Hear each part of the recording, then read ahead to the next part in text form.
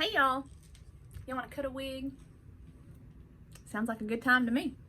This wig is Inslee in Chocolate Pretzel from the Orchid collection, and she is my personal wig, and I love this little wig. Let me spin for y'all so you can see kind of our before.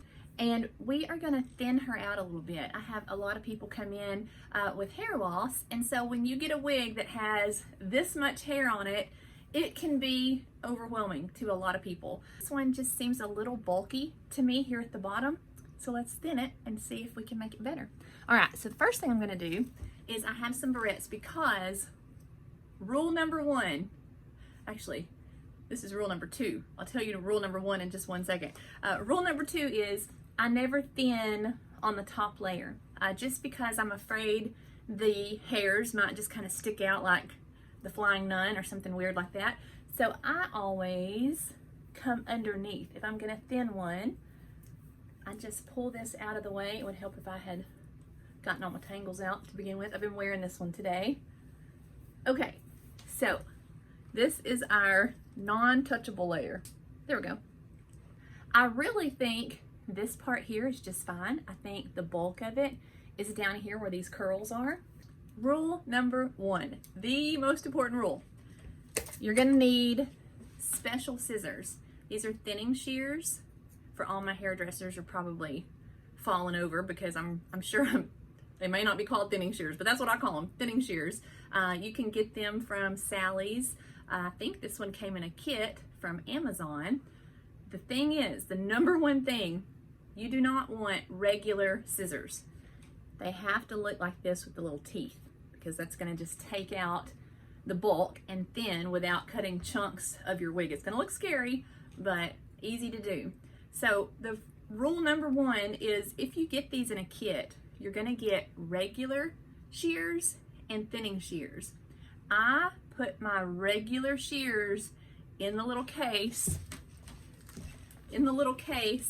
and I zip those up, because I have been guilty of grabbing the wrong set of scissors, and then if you take off whacking on this with regular scissors, you're gonna cut chunks out of it.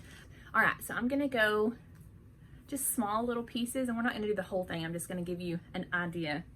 Okay, so small little pieces, and I'm gonna go see if I can do this in the phone camera. Usually I'll do like 3 little cuts, and now I'm just running my fingers through to show y'all that I'm pulling out some hair. Boy, that sounded country, didn't it? Okay, so let me do another little pass right through here in the bulky spots. Okay, you should see all the hair that's on the floor. Do one more pass. Why did that not sound good? Ah, okay, I think I just cut my nail. Okay, oh, there's a wad of hair on the floor. I think that's good for now. Okay, so this is my wad of hair from this one side, and I'm gonna have hair on everything the rest of the day. Yeah, I mean, the whole head needs to be done, but that gives you an idea. Do you want me to do this side? We'll do a little bit. Just get enough out of the way so that when you lay it back down, if your fibers do something weird and wonky, you don't have hair that's sticking out in 10,000 directions. Special scissors, just make sure you've got the right ones. And let me get some of this. I'm staying on the bottom half. More of the interior, and do some more. Got a good chunk right there.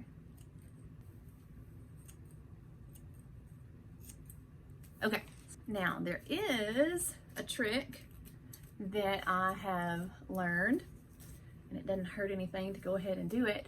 If you've got a long wig that rubs on your clothing and it tends to tangle under here, okay, probably need to be a little more gentle than I'm doing here, but I'm already at 8 minutes.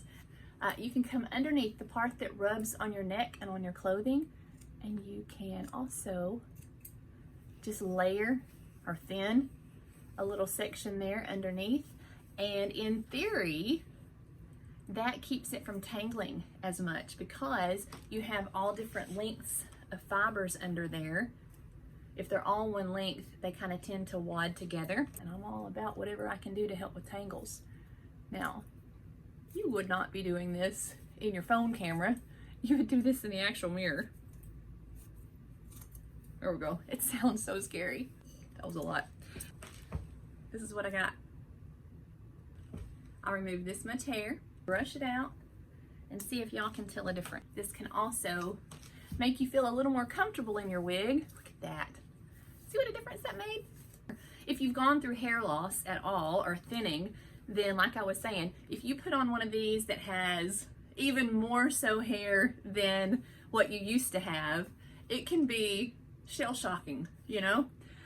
So if you can just get you a pair of thinning shears and just zip through it, then it seems to be a lot more believable, and it makes a lot of people a little more comfortable in your wig. So what do y'all think? Can y'all see a difference? Now I didn't even do the back at all.